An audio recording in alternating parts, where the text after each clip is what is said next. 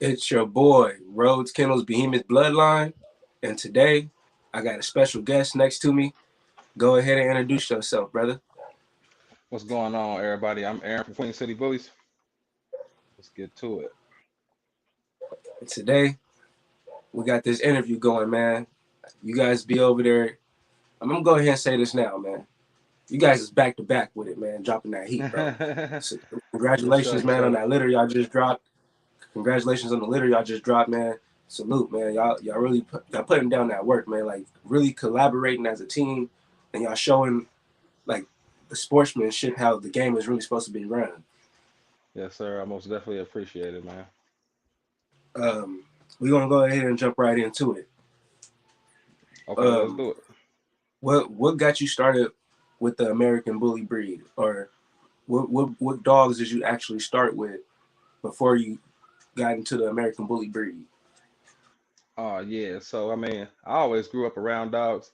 Like when I was young, I used to have like two, three dogs at a time. So, starting out, we had like shepherds, German shepherds, Dalmatians, different breeds, like bigger breeds of dogs. But my neighbor, he always had a bully, and I always like had a love for his dog, but my mom, she wouldn't let us have like bully breeds back then. They had that stigma, so we couldn't have none. So fast forward when I got older and I had my own family and stuff like that, the internet, YouTube, Instagram, I came across I want to say it was Dax. He was super popular at the time.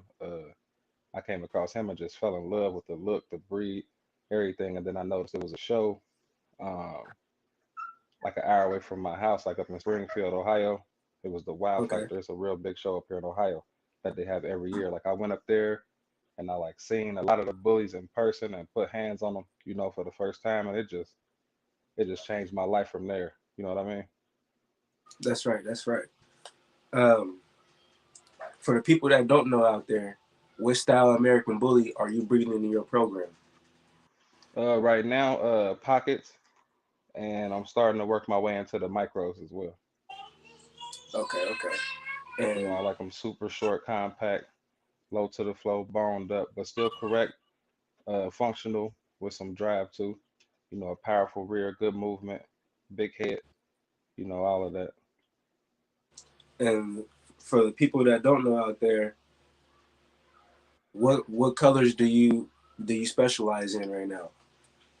Right now, I'm producing a lot of tries, but that's more of what I've been producing recently. Like this year, I've been having all tries this year recently. I've had two litters so far, and I got another litter about to drop. They probably gonna be all tries. So tries for the most part right now. Okay, okay. Um, when did you first when did you have your first collaboration outside your yard? Mm. Uh, my first collaboration was probably with Rockdale Bullies when I did that collaboration with Tri County. I bred him to my meatball daughter Starfire. That's what produced my stud Bubby. So I Okay. would say that was probably one of my first collaborations for sure. And Bubby, he be dropping some heat out there. I see one of his sons out there in Baltimore. For the people that don't Oh know yeah, out there, yeah, yeah, that boy Fine Legend. You know what I'm saying? I've been paying for sure. attention, man. I remember Yeah, when you that took boy that found trip. legend. I'm definitely proud of that boy for sure. I remember when you took that trip. You drove down there and took that to my boy Bullymore, and he gave you the two cakes for the when you dropped them off. He gave him Yes a. sir, yes sir. I think he took a picture with Bubby with Spike, Fine Legend, and then Yep. that's when he gave you the two cakes. Hell yeah, yep, yep, yep. You tapped in for sure, my boy. Yep, Yeah, I pay attention, man. I'm paying attention, man. yep. From Yeah, your camp all the way to Theo to MOA, man. I'm paying attention to everything y'all got going on, man. I really oh like yeah, what that's y'all what's doing. up, bro. I most definitely appreciate that for real. The next question I got: when was the first time you introduced Merle into your program? Man, that's a good one, bro. Honestly, the very first breeding I did was a Merle breeding. Um, I had a blue and white male. I started out with this boy, and his name was Caius. And my partner, he had a Merle female, and she kind of lacked like breed type somewhat. She needed a little more bone, a little more body, a bigger head. So we threw her to him, and I got a pup back out of that litter. And my first so that was like the second dog I ever had was a Merle, a Tri Merle. She was a black Tri Merle. Her name was Envy. Um, I used her to go on and produce the girl that I got now, Mercy. Okay, okay. And Yeah, yeah. that's Bubby's half sister, right? Nah, that ain't Bubby half sister. Mercy is the blue Merle female I got. That's Majesty's daughter. Okay, Yeah, okay, and that's Rebel's granddaughter. okay, okay. Yeah, yeah. Um, how is it? All right, so I know you guys got a lot of litters on the ground right now. How is the how's the experience of having a good team with you when you guys are whelping the litters? Man, having a good team is most definitely key when you up in the litter because you know essentially like throughout the first like 2 to 3 weeks you really ain't you looking at like getting little to no sleep. You know what I'm saying? Because you like gotta constantly keep an eye on the puppies and shit like that. So if you got a team where y'all can like rotate out, take shifts, stuff like that, that'd be super important, I say. Because if not, like if you're just doing it on your own, it could get real stressful. So just imagine like not sleeping for like weeks at a time. You know what I'm saying? And then if you dropping litters back to back like how we doing it, it could be months on end before you really get a rest. You know what I'm saying? That could be like stressful and hard on your body and stuff like that. I mean, it's fun, and all that, but at the same time, you got to think about your health too. So it's definitely important to have a good team, especially like when it's time to whelp the puppies and shit like that. Facts, facts. Yeah. Um, what's something new you guys got coming up right now? Oh man, actually, today, like right after we jump off here, I gotta shoot up to Dayton and do a breeding with our exotic female Blue Diamond. She a paintball daughter. We breeding her to a chocolate trap Merle. His name the Truth. He a Sicario son. So Okay, we in the process of doing another collaboration right now. okay, okay. And is that the breeding Yeah. that Theo was talking about earlier in the live? Yeah, yep. Like I was saying, we trying to tap into the micros and the exotics too. So this will be like one of the first of many breedings that we do, like on the exotic side. Yep. And when did you first meet Transformation Kennels and your boy Avante from MOA Kennels? That's a funny story. I met Levante. Well, we talked a few times on Instagram, you know, but I actually met him in person the first time the day before Majesty dropped the litter that Mercy came out of. Um, it was a dog show the day before. I met him there. We kind of chopped it up a little bit. We exchanged phone numbers and stuff, and then the next day my litter dropped. He came over my house, checked the puppies out and shit, and then he decided he grabbed the boy out of that litter. And then me and him, we just kind of been like this ever since. He knew Theo before I did though. So once me and Levante got super cool, Theo kind of came into the picture. I would say like maybe a few months later. But shit, Mercy will be 3 August the 20th. So going on like 2.5, going on 3 years now. Yeah. That's a long time. That's a long time, brother. And Yeah. you guys still maintain a good relationship and bond dealing with you guys' business, and Oh, that's a for sure. good thing. That's a good thing to see in the community right now because not too Right. many people are fond of that. They Right. I don't see too many people doing what you guys are doing, and Right. I appreciate everything that you guys do for the community. Like y'all just stay dropping content, y'all stay like promoting everything that you guys do, and that's just keeping the viewers on point with what you guys have going on. So Right. No this is doubt. exactly why I reached out. I've been wanting to get you locked in for an interview for the longest, man. Yeah. This is I want to say I appreciate my bro that's not here right now. He's supposed to be up here with us, but I was texting him before this, but he didn't hit me back, so I don't know Okay. what happened. But Was that the one that reached out to me too? yes, sir. That's what I want to say. Shout out to Big Bro for putting this together. You Yeah. feel me? He lined this up. For sure. For sure. Um, I'm gonna go ahead and get you with the next one. All right. Um, what would you tell new breeders that's coming into the bully community? Oh yeah, for sure. Take your time, you know. Um, this a step by step process. You can't start today and be where you want to be tomorrow doing this. I see a lot of people who like buy up a bunch of dogs, you know, because I know a lot of people follow us and they see like, oh, they got a lot of dogs, like, and they buy up a lot of dogs. Like one thing I tell them is to just start slow, because once you start producing, like say if you just start out with two females and they both go on the heat, like, and they both hit for you and you have a litter off them, you looking at now you got four dogs at least, because you're gonna keep a pup off each litter, like, you know what I'm saying? And then they gonna come and heat again 6 months later. You might do that again, repeat. Like now you up to six dogs. Like, but if you starting with six dogs, bro, and then you take that same concept, bro, you'll have 20 dogs before a year and a half, 2 years. You get what I'm saying? You might overwhelm yourself. You know what I'm saying? Like it's hard to take care of 15 dogs, 12 dogs. Like start slow, see what you're working with. You know what I'm saying? Like get your feet wet and then dive in. Like, cause I'm telling you, these dogs, bro, you grow super fast. You know what I'm saying?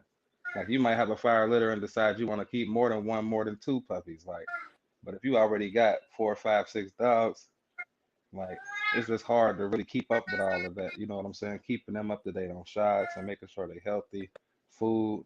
That'd be another thing. Like you would buy a lot of dogs and don't realize like it's more than just buying that dog right now. It's the money that you're gonna spend down the line on that dog at the vet, food, you know what I'm saying, the time that you gotta spend with them.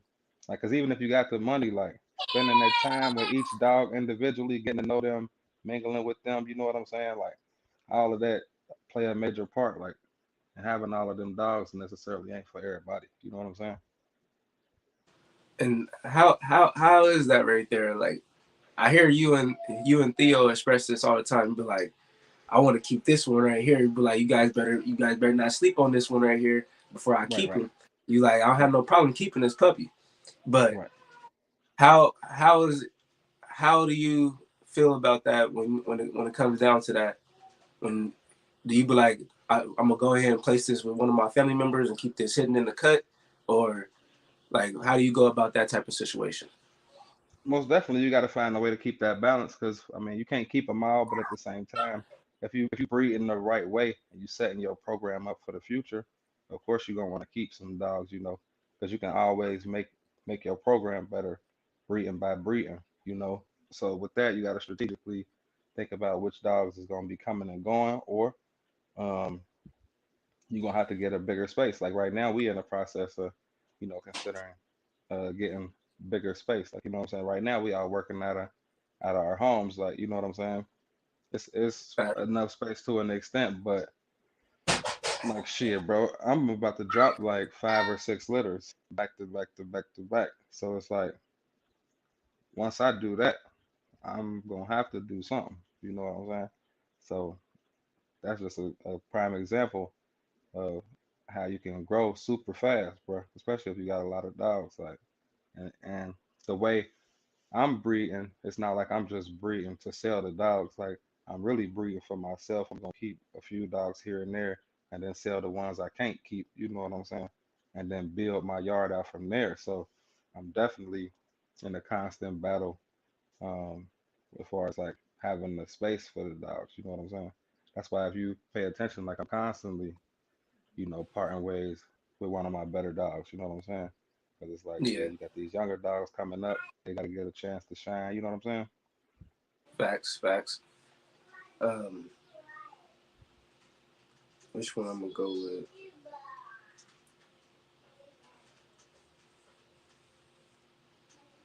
How many how many litters do you actually have on the ground right now? Um, Myself, just one. Um, I got a litter of puppies that will be 4 weeks old tomorrow. Um, and I got a litter dropping May the 6th. That's like in 3 weeks. Then I got two females that I'm waiting to confirm. I'm quite sure they pregnant, but I ain't confirmed them yet. Um, they'll be due like towards the end of May, beginning of June. And then, like I said, I'm doing this breeding right now today, and I think I got one swelling up too. So I'll be dropping litters like over the next shit 4 or 5 months probably. Okay. So do you set a 5-year plan, or like what do you do when you setting your end goal? I mean, I do set 5 year plans for sure. Um, but I even set monthly goals, weekly goals. You know what I'm saying? Okay. Sometimes I even make a to-do list for the day to make sure I accomplish all my goals for that day too. You know, with Okay. these dogs, bro, you gotta be organized. Cause like when I first started, I would just try to keep everything up here. But then as things start growing, it'd be hard to really keep all of that information on point and accurate. You know what I'm saying? In your head, like all dates and all that type of stuff. Like so, most definitely, you gotta be on point with your planning. You know, and then like the way I'm breeding, I'm looking to set up myself with a bloodline. So you definitely gotta set goals and plan. You know, like years ahead. Like I'm really planning out breedings now for like 2 years from now. You know what I'm saying? Okay. Like so, most definitely. Okay. So that's like basically like same thing that I'm trying to do. I'm trying to build my line, and Hmm. I'm two generations from having my own bloodline, because it takes 7 generations to have your own bloodline. I'm on my 5th generation with this litter I'm gonna be dropping, so pretty much it's just a waiting game for me. I'm just being patient, taking my time, because I actually waited Hmm. 2 years just to drop this litter. So I Right, already right. breed. I breed for what I need, and like most of the time, like I place a lot of the dogs for my family members, and some people, whoever, Hmm. whatever else I do have available, like I sell to somebody that come across word of mouth. Right, right, right. Yeah, so I'm just trying to keep a lot of dogs around right now. Like I'm gonna be keeping 3 pups off this litter, 2 females and 1 male. So they'll be You really placed for trying my to make family sure you got the members. right stuff, huh? Yeah, pretty much. I'm gonna let them. I'm gonna wait for them to mature. I'm gonna let them grow up, and then once they get to like their second heat, I'm gonna breed the females. But the male, I'll probably stud him out when he get about 2 years old, just like I waited for this male. Because I waited to do with my male, I waited for him to turn 2 years old just to see how he fully developed. Because I'm running XLs, so I gotta wait for the Okay, yeah. dogs to go through that. They gotta go through the lanky stage and actually like thicken out and pop and everything. Yeah, I seen the way that they grow. It's kind of weird the way that they grow, yeah. If you give up on them too soon, you'll never know how they turn out. I noticed that, yeah. Like you can look at a dog at a year old and think that dog he might look good right now, but then wait for that dog to Yeah. hit about 2 years old, 3 years old, he gonna Yep. fully pop and he gonna look amazing. Right, right, yep, yep. Um, so how do you go about before you open your studs up? Like what do they have to show you before you think about that? All right, I'm gonna put that stud as my main stud right now. The number one thing I look at is it a dog that I would use on my yard? Like, would I want to lock that dog in myself? You feel me? Like I wouldn't even call it a stud. Like I got males here that, they just didn't turn out to be what I want them to be. So I never opened them up for stud. Like if I wouldn't personally breed to the dog, you feel me? Then I'm not gonna open it for stud. Like for instance, I'm running Believe to damn near my whole yard. Like I done bred him to every female I got. Like so if I'm willing to do that, then I feel like the next person will use him as a stud. You feel me? Yeah, believe in Bubby been putting in work. I've been paying attention. I've been Right, right. seeing you've been putting in a little bit more work with Bubby with Believe right now, but you still Yeah, got yeah. Believe. You still got Bubby in the cut doing his thing too. He doing his thing too. Yep, yep, yep. Yeah, I seen that. I want to say this was a couple weeks ago. I seen that you did a video about his last litter, and one of the Hmm. pups is looking just like him. Yeah, yep, yep, yep. I think it was a The one he black had and out there in Chicago. it a black and white female. Yep, yep. She looked just like him. Yep. Yeah, I remember. See, I'm telling you, man, I'm He tapped in, he boy. throwing that look, man. I'm telling you, he throwing that look for sure. Yeah. Yeah, I pay attention to everything y'all got going on, man, from every single camp, man. Like it might just not necessarily be you guys. Like I watch everybody just to see what everybody has going on, so I can Hey, I be see. watching everybody too, low key. I be tapping in, bro. Yeah, Like it you just got to. because honestly, I'm studying. I'm studying. Yeah, I'm trying to perfect my craft because I'm right, only 24, so I don't know everything. I still right. have a lot to learn. For sure, for sure. And that's a big thing too. You got to study, man. This shit. It's a lot of this is sitting back and watching and studying, analyzing, It's a big part of it too. Yeah. Um, who's one of your inspirations when it comes to the American Bully game? Like, who inspires you? I would have to say Jay Brady for sure. Brady and the Bullies. He breed like exotic bullies and French bulldogs, English bulldogs. We don't breed the same type of dogs, but I just feel like bro, he really laid the blueprint down for how to really do, you know, breed these dogs and do it the right way. You know what I'm saying? So I took a lot of information from bruh that shit. For real, that's why I be giving out a lot of information. You know what I'm saying? Like, 'cause he shared it with me for free. So it's like, I ain't just gonna hold on to it. You feel me? I would have to say, I would have to say Brady for sure. A lot of the new breeders don't really know Jay Brady because he didn't kind of, I'll say like, kind of took a step back. He more on in the background right now, but bro doing his thing for sure. He was the first person I Transformation. seen. He had Transformation Killer said, "Don't forget DOF." who was that? I think it said. I think he said DOF. That's what Transformation said. Who was that? I don't know. I think he was saying that to you. I don't know who he was saying it to. I don't even know what that is. Explain what that is, bro. But Brady though, he was one of the first people that I seen selling dogs for like 15, 30K. Like, and I wasn't inspired just from that alone. It really was the drive that bro got. Like, he got a stupid amount of drive and passion for the dogs. You know what I'm saying? Like, he'll drop a litter and take that whole litter and put it on the road and deliver them dogs, hand deliver them. You feel me? Like, and that's really just where I just picked up the concept of the whole shit from. You feel me? So have you ever had a bad experience with shippers? Nope, nope. To be honest with you, I only use one shipper. My guy Nigel, OTW Transport. He like the best shipper to me.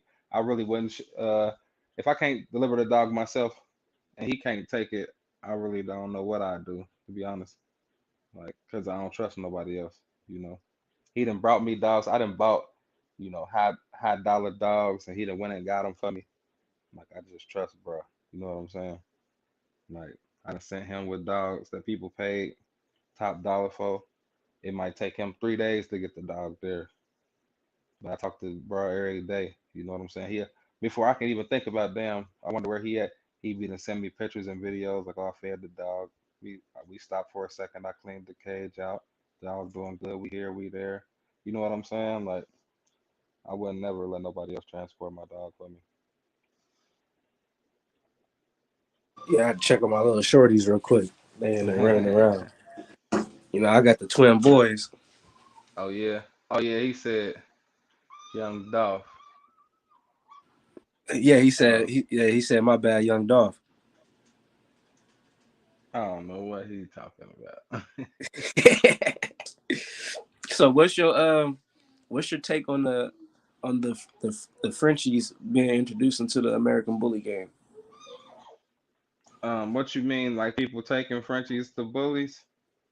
No, like people like bringing the Frenchies into the bully game as another Okay. brand. Oh yeah, I like it. I ain't gonna lie to you. I know they basically they all a part of the Bull family, So I love Frenchies too.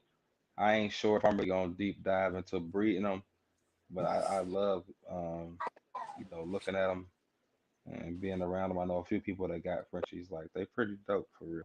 I don't know if they for me as far as breeding them. You know what I'm saying? But I got Frenchies myself, but I just ain't sure if I'm gonna breed them. To be quite honest with you, you know what I'm saying? Like, I'm just hearing it's a different world than bullies. Like, I've been having success with these bullies. It's been fun. I don't want to take the fun out of it. You feel me? Yeah, facts. So like, Yeah. what do you think about how people will be talking about the fluffy Frenchie? Even though I know The you guys don't. I know you guys don't have that in you guys' program. I Yeah. know you guys are more on the actual look of the Frenchie, how it's supposed to look. Like the Hmm. what's the female you and Theo collaborate co-own together? Cartier. Yes. Um, Yeah, yeah. like what's your take on the original look of the Frenchie and where it's evolving to? Honestly, I'm gonna be real with you. I understand where they're coming from because, like I was telling you earlier, I had my first production was basically a mural. Like, and back then that was like 6 years ago when murals was like not really, they was frowned upon basically. You know what I'm saying? But Yeah. one thing I do think about the fluffies is like they super inconsistent right now. I'm seeing one or two here and there that's super nice, but for the most part, I just feel like they wasn't ready for to be mainstream just yet. You know what I'm saying? I feel like they was maybe a few breedings, maybe a few generations away from really making something special, and now I feel like they put it out too soon, and now they mass producing it, and it's not really ready yet. But I definitely get where they coming from. For sure, it's a beautiful dog, especially when they bred right. You know what I'm saying? But it's way too inconsistent. You know, some of them just look crazy. They too tall. They too fluffy. You know what I'm saying? They ain't the fluffy. The hair ain't in the right places. You know what I'm saying? Like so. I think they might get it right over the years, but it's still too early right now to really say. Me personally, I'm gonna stay away from it right now because it's too early. I feel like, and I don't know. Like if I knew where where it's coming from, the right ones, and I could tap in and do it the right way, I would. I'm not just gonna go fluffy because it's popping and the structure. Like I'm big on structure. You know what I'm saying? Like if the structure and all of that ain't there, you know what I mean? Then I really like for me, I ain't gonna be able to fuck with it. You know what I'm saying? So let's jump into that real quick since you talk about the structure. What's your take on how the ABKC is changing the standards for the from the I want to say from the pockets to the standards. I think that's really it. I think they're trying to kick the classics and the XLs out. Uh, that's crazy, bruh. I'm gonna be honest with you. As far as the classics, I really feel like it might not be such a bad thing because I feel like classics give that misconception that or they confuse people that that's a pit bull. You know what I'm saying? Because they still have that A terrier lot of look. people, yeah, a lot of people think or think that them pit bulls. So I feel like standard and pockets most of the time when you see those dogs, if you don't know what a bully is, you probably will be like, damn, what's that? You might even say, is it some type of bulldog? But rarely will they say pit bull. You know what I'm saying? But with the classics, it's like I feel like they bring in that misrepresentation onto the breed where people see them and they associating them with being pit bulls and they just not. It's unfortunate, but I see where they coming from. And then with the Fact. XL, I really feel like the XL could still be a part of the breed, but at the same time, um, How can they get that? I How kind can of they get feel like that? I kind of feel like along the lines of like the exotic and micro bully, how they made that its own breed. I don't think it's a bad thing to make XLs their own breed either. You know what I'm saying? Facts. Because the characteristics, the the traits of a XL bully, the things that y'all breed for, I would say it's slightly different. You know what I'm saying? Y'all still breeding for like more of like a working dog, stuff like that. Whereas More of a we breeding basically just for show at the end of the yeah. day. But I mean, I definitely understand where they're going with the classic, but the XL, I guess, I feel like it could have went either way, honestly. So what's your what's your opinion on people breeding different classes together? I'm glad you ran them two questions together because like when you think about it, now that they separating the XL from the bully, it'll eliminate because like if you notice like when you breed XLs, some of those puppies can turn out to be standards. You know what I'm saying? Like and then you and then those puppies go on to different people and they'll represent them puppies as XLs. I guess because either the breeder they bought them from told them that or the parents XLs, whatever the case might be. But I feel like that separation can kind of eliminate some of that misrepresentation, if you will. You feel me? Because Facts. if your dog, like as an XL breeder, you don't want your style of dogs to be misclassified as a standard because that's just not Yeah. what it is. You feel me? And I see a lot of that going on right now. Like a lot of people taking Right. they take a standard female to an XL male, or versa. They do it the other way around. And Yeah. I'm like, you're just opening up the gene pool for the dog to throw out whatever. Like To he can just throw either all throw, kinds of shit. Hmm. yeah, Yep. and unfortunately, it's happening in our community. But I I I Yep. I will I will urge people to just take the same class together. Go Hmm. try to find a standard and put it to another nice standard, or Yep. however people got what they got out there in their cities or their towns. You just got. That's why I I got a lot of heart and courage. Even though I don't have the same dogs as a lot of people, I'm still gonna reach out and try to see how I could get some light to this kennel. Right. This is Right. gonna help us both out in the end run. Because what Right. I'm Right. doing is I'm trying to show people, oh, this is where you come get this out. You feel me? If you're looking for a pocket or a standard, whatever you're trying to get, come holler at this person right here. They got some nice looking dogs, and Right. I Right. want to open that. I want to open that lane up for everybody. You feel me? So people won't be like, oh, For you just got sure. XLs. You feel me? Like you don't know what else is out there. Like I want to be the person, be like, I know where I could go holler at this person later down the line because I didn't did an interview with this person and I know what they got in their camp. So if I need something, I get my bag right. I'm gonna go spend the bag with them. That's Right. how I Right. want to be. Right. I want to be that person in the game, not just For sure. not the. I want to be the underdog that come up. You feel me? I want to be the person that come through and be like, I spent the bag with this person because I this is they looked out for me in the end because I looked out for them. Right. Right. Right. Like that, it's supposed to be like everybody's supposed to come together as a business and learn how to at least spend with each other. And You right, bro. That's one thing Theo shows on his channel too. He go and buys puppies back, even though he Yeah. might have they might have came and paid for that stuff. He still went and got something off that litter and put money in their pocket. Right. Right. For sure. And that and that's a lot of people need to start doing that in the game. And that's one Hmm. thing that I say shout out to you brothers for that too. Most definitely. Real Thank you, talk. bro. Um, when's the when's the next time you about to hit a show? I'm thinking about hitting this show. It's on April 23rd in Springfield. It's an Ohio show.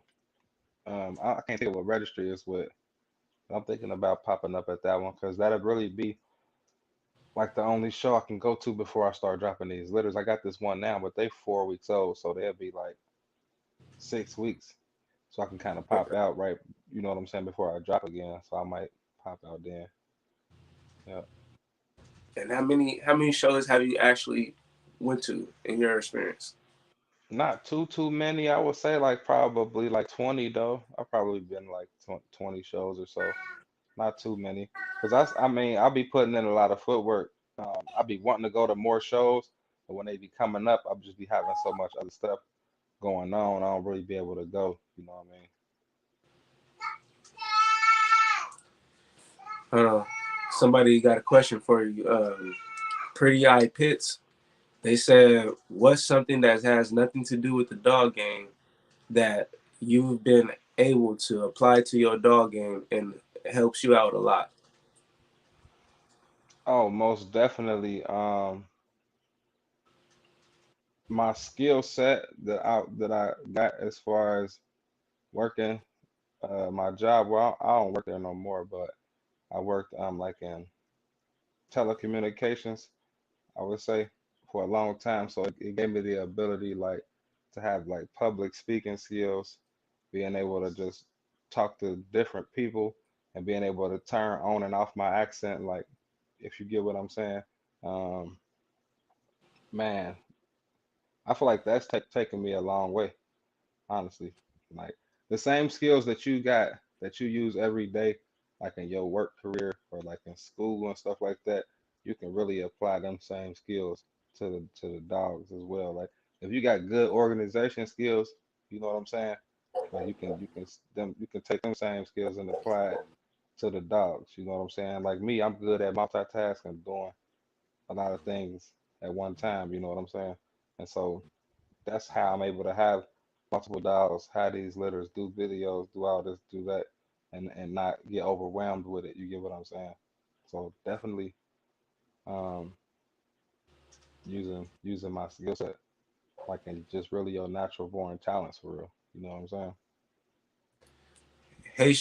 Haitian Jubaneo said you're pretty organized.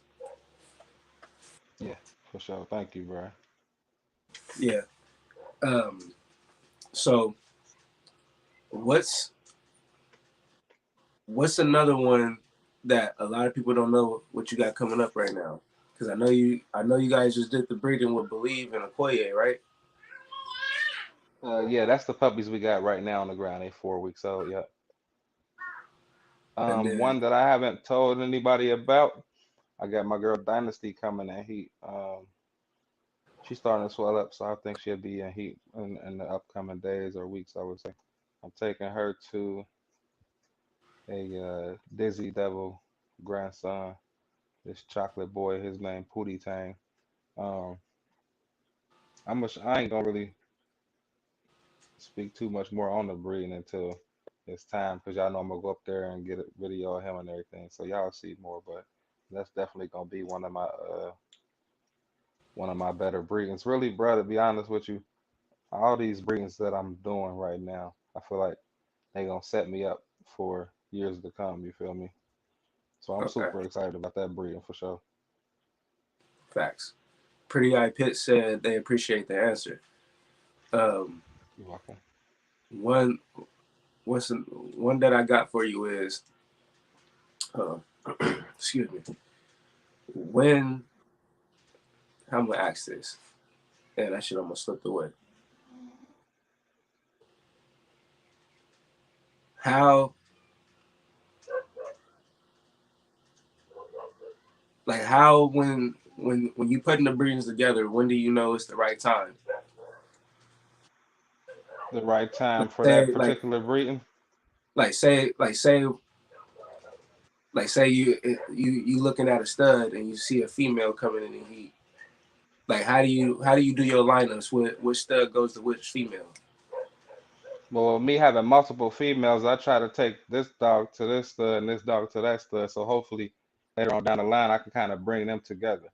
So I'll try to set it up that way. That's kind of what I'm doing right now. I'm I plan on keeping a lot of Believe's daughters and a few of his sons from different females, and then a year or two from now, I'll start taking them together and line breeding them and seeing what I kind of get out of that.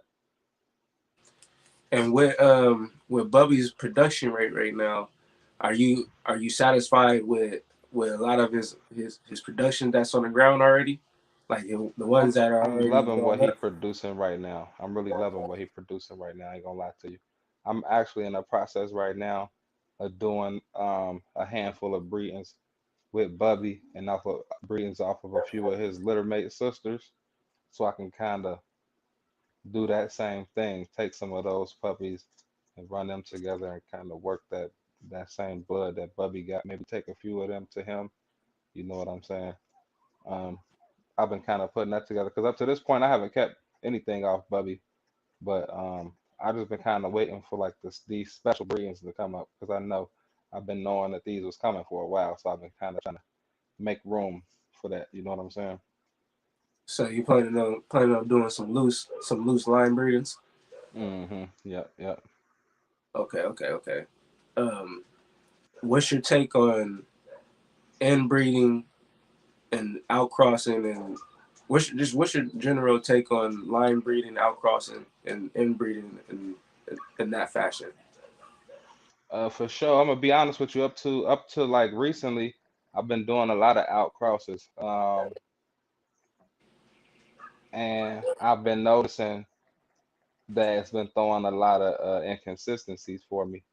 But then uh I knew that I didn't it wasn't really the right time for me to do like inbreedings or even really line breeding for that point. But once I noticed that that was a weakness I had, I went out and I bought a few dogs that kind of um one fit my vision, and then two they had like a similar blood, so that when I go to breed them, everything will be more closely related, and I can start to develop that consistency. But um this litter I got right now is my first line breeding. I'm loving what I'm seeing so far. They super young. They just 4 weeks right now. But I actually got quite a few more line breedings coming up. So I want to see how those turn out. I'm gonna kind of do away with the scatter breed or the cross breedings, I'm gonna say, for right now, because I'm noticing they're not really doing me what I want to do right now. So I'm gonna kind of tighten everything up with these line breedings. Um, my take on inbreeding, I think is definitely necessary for the right breeder at the right time. It's not just for anybody though. And like I said, I haven't up to this point really been ready to even experiment with the inbreeding thing, because I know I feel like in order to do an inbreeding, the dog gotta be virtually perfect, you know. And then the the female, like his daughter or however you're gonna do the inbreeding, she almost gotta be like a clone of that dog, so that when you do, because otherwise you're just doing it to say you're doing it. You know what I'm saying? You want to do it to really lock in that look and them traits. And I just haven't had that parent up to this point, or even really that dog that I want to double down on.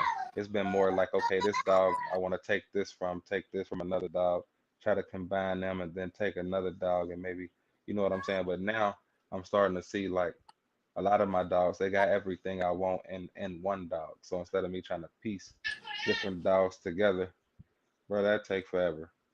I ain't gonna lie to you. I'm doing a bloodline thing too, and I'm in my third generation. But as I'm seeing, like I told you, I don't like the inconsistencies that I was seeing. So I took a step back, and like I said, I went and bought some dogs that are more so fit my vision.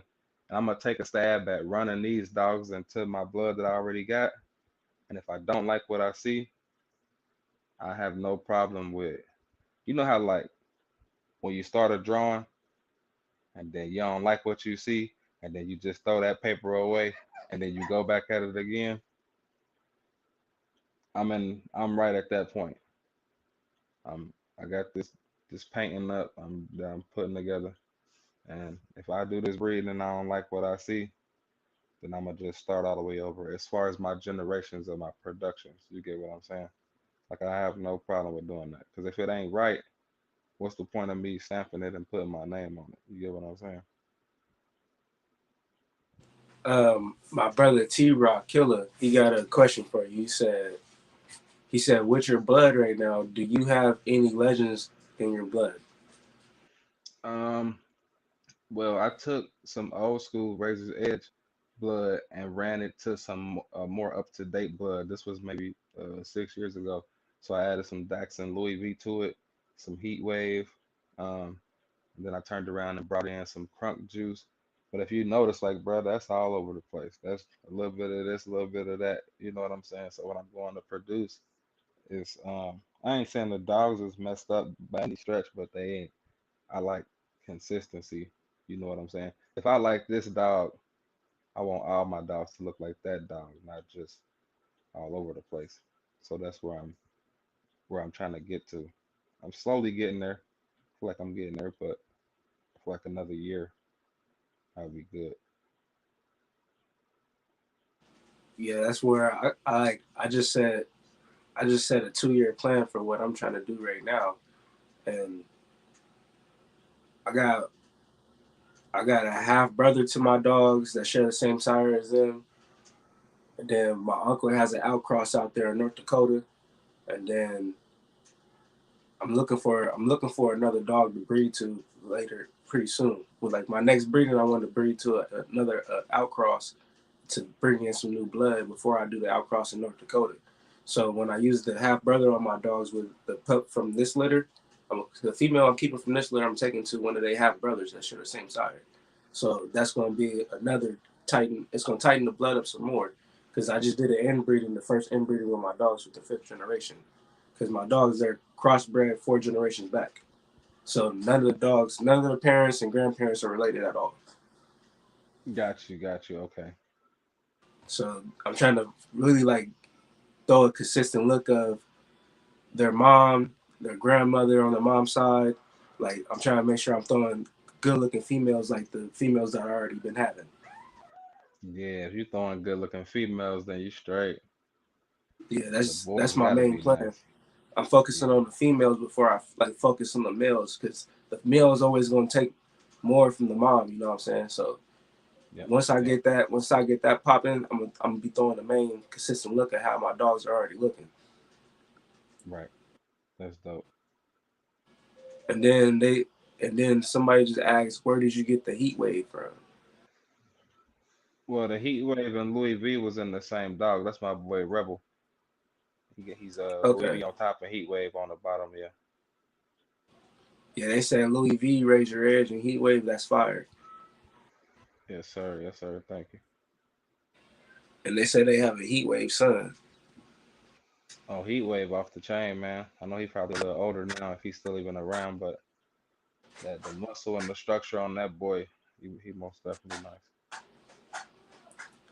All right, go ahead and inform me a little bit more about heat wave because I'm not really too. I got to go do some more studying about him. I want to say he a Heat Stroke son. Heat Stroke is off of Daxon. I want to say her name was like Shorty or something. Shorty. Yeah. Or Hyphy, my bad. Hyphy. Okay, Yeah. okay.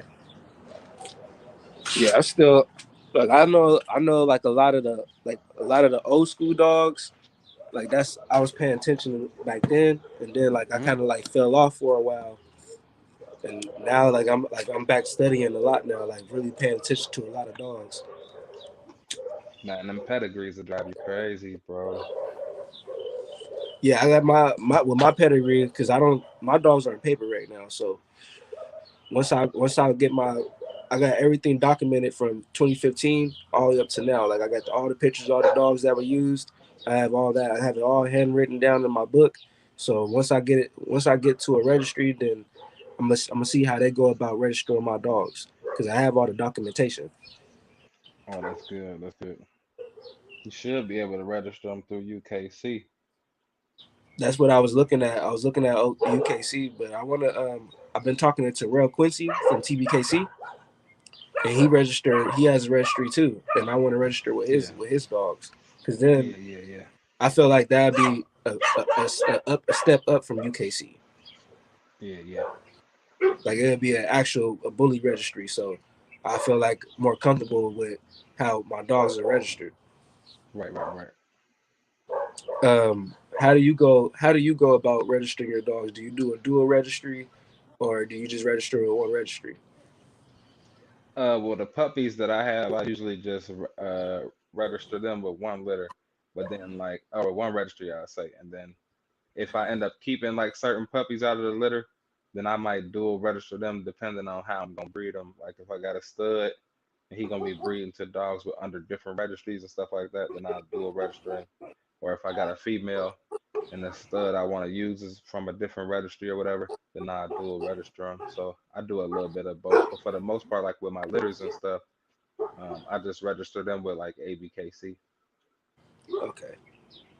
Yeah. Um, how do you go about getting the female with the weapon box and getting her comfortable with where she's at when she's about to have her puppies, when she's about to deliver? Yeah. So about 2 weeks, maybe even 10 days before I know she gonna have the puppies, I bring her to that environment and let her get used to being in that environment, and then pretty much that's all I do is just let them get used to being in that area and living in that area, and then when the puppies come, they usually just hold it down right there in that spot. And I know you guys do the C-section because I do natural ties and natural births. I haven't done an artificial insemination, and I haven't done the C-sections or progesterone tests, none of that. So how do you go about when you doing that? When do you know it's the right time to go take the progesterone test before you do the AI? Okay, so when the girl come and heat and you see her bleeding, I usually will wait just a few days, maybe 4, sometimes 5 days. If you know the female and you think you can wait like 6 days, cool. But then I'll take them for the first progesterone test. From there, when you get that first result, it's gonna give you like a baseline of where they starting at, and then that'll kind of tell you if you want to go back the next day or 2 days or 3 days from now. You can kind of estimate um, when you want to test them again. Rarely when I test them are they ready the first time. I've done anywhere from like 4 to 9 progesterone tests on one female throughout their heat cycle. You know what I mean? And that's really like you were saying, like how your dogs can naturally tie. If they could naturally tie, that wouldn't really be necessary. But with them not being able to tie naturally, you don't really know if the day is the right day. So we use the progesterone test to tell us if it's the right time. So, um, like with this girl, I'm doing a breeding with today. We done did like 6 or 7 progesterone tests over the last week or two. You feel me? Like every other day, testing her. We actually gonna test her again today to see if she ready. But once they hit like the number I usually look for is like anywhere between like a 12 and 16, like that mid to high teens, and then I start my breeding from there. Okay. And how many times is the how many AIs should you do to know that the breeding should take or it should be successful? That's gonna depend on the stud. Let's say you're doing the in-house breeding, I would definitely do at least 3, maybe 4. Um, do do them every day or do them every other day, or maybe do them back to back, then skip a day. That really, I don't feel like that's gonna be too much of a difference in how successful you is. But if you're doing an in-house breeding, definitely as much as possible. Now, if you're paying for a stud, you're getting the semenship. It's gonna just depend, bro. You might get enough in your box for one breeding. They might send you enough for 2 samples, or you can do it 2 different times. You know, um, you might do a surgical where you only doing the breeding one time. You know what I'm saying? So it just depends on how you going about doing the breeding and what the stud require. I'm gonna say So what day do you take your female in for the ultrasound, or when's the right time to take her in for the ultrasound? about 28 to 30 days after the first AI, or even if you let's say if you do 3 AIs, um, I would go by the middle AI, so the second one, 28 days from that. Okay.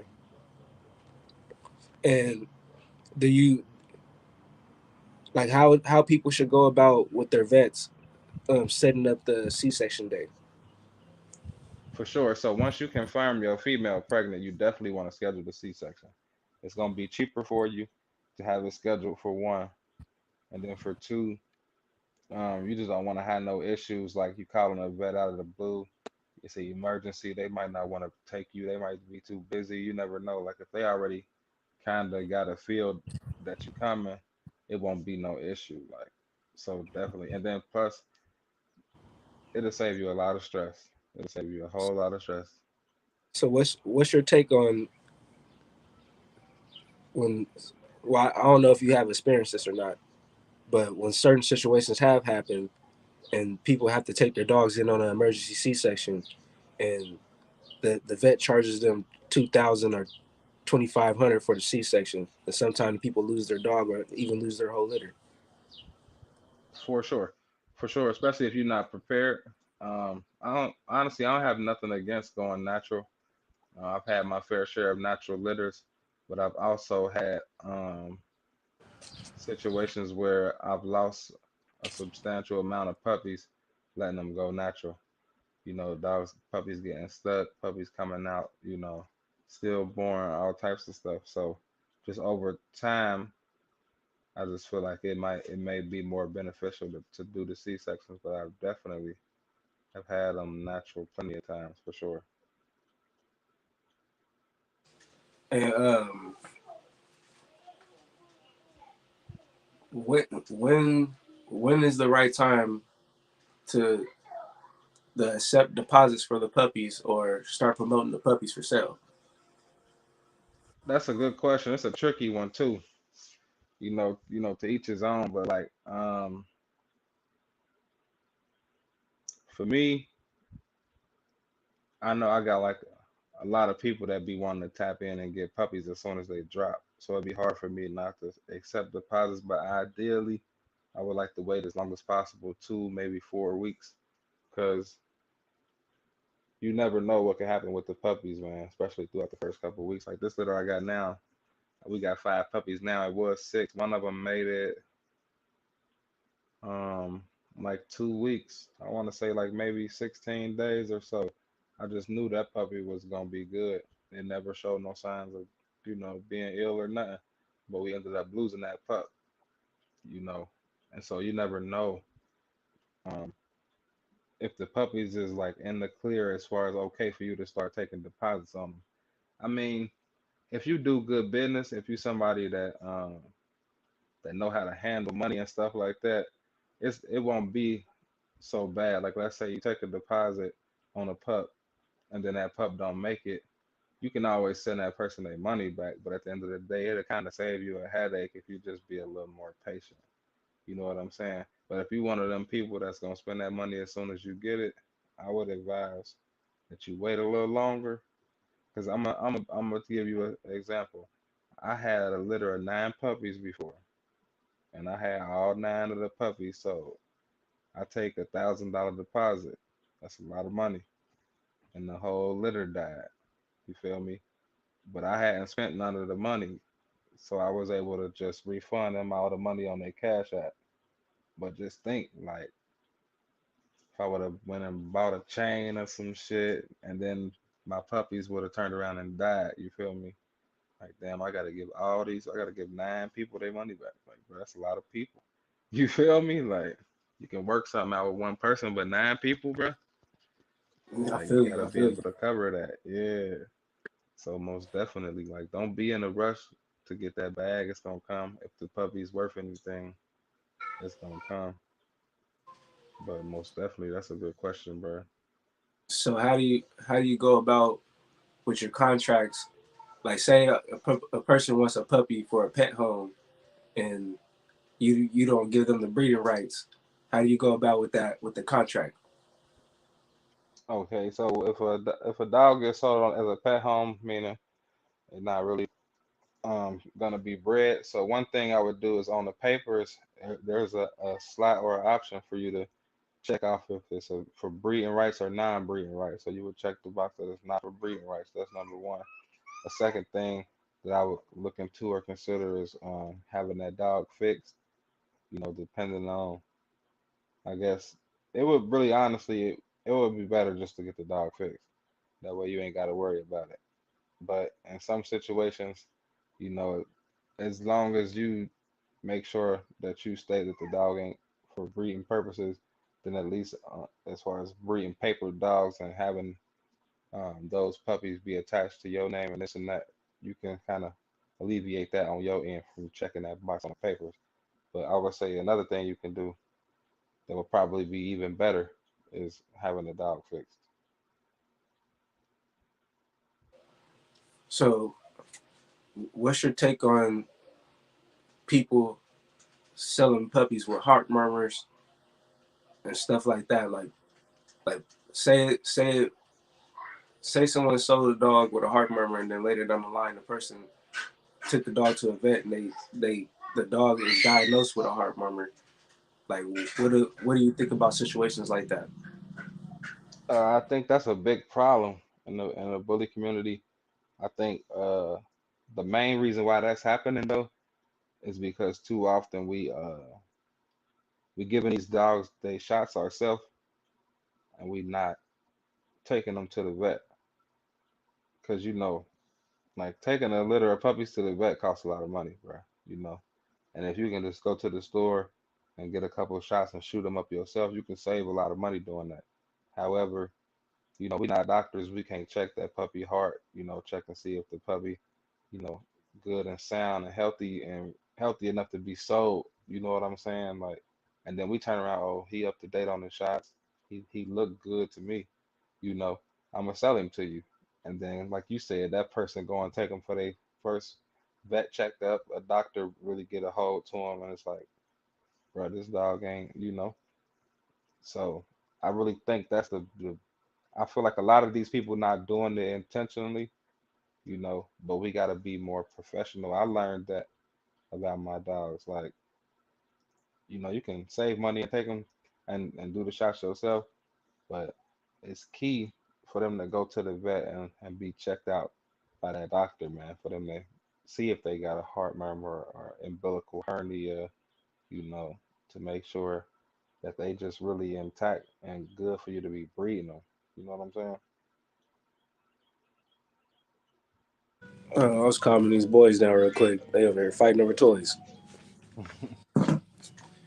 Kids being kids. Um, my last my last question is, hold on, somebody in the chat got a question for you too. My brother Yayla Kendall said, "What are your thoughts on people calling exotics American bullies?" I think they just don't know. They don't know no better. We all run and associate all these dogs together. They all, cause like when you think about it, they all bullies. Like when you take American out of the word, like if you say I got a bully and they say exotic, you still right about what you're saying, but it's all about just the education. We just got to make sure that we educate these people and make sure they know it's a difference between this and that. It's different breeds that got, you got miniature this and standard size this. Like we're not the only breed like this, but it's just a new breed, and we gotta just more so educate them, because that's all it is. They don't know. I got so my last question is, like, just like how you said the American bully is a new breed. How do you feel about the American bully being called a new breed, even though it's been around for almost a decade, or I even agree though. It's definitely a new breed. I mean, it's probably the newest breed of dogs out. I mean, a lot of these dogs been around since like the 1900s. This breed is just, you know, of recent times. So I definitely agree with where they coming from. And then at the same time, when you think about it, bro, it's a beautiful time to be a part of this breed with it being such a new breed. Because when this breed gets stamped in history and years from now, 100 years from now, when they go and they talk about like different breeders and bloodlines and dogs that you know paved the way for this breed, we all got potential to influence and be right in the mix of that. You know what I'm saying? So it's definitely a beautiful time to be um, a part of this because a lot of these breeds, bro, that shit set in stone. You know, you just there breeding them dogs, but with this, you can really make a huge impact with it being so new. You know what I'm saying? I appreciate that, brother. I appreciate you giving me your time coming through. Like, this right here. This is gonna be one of the greatest ones out there in history, bro. For Um, sure. Go ahead and let the people know where they can find you at, all your social medias, every everything. Like, give them something you got going. Well, there you already let them know what you got going on right now. But let them know where they can find you at, man, so they come holler at you, man. Come see some of them puppies you got over there, man. Because Oh believe yeah. he got some fire on the ground right now.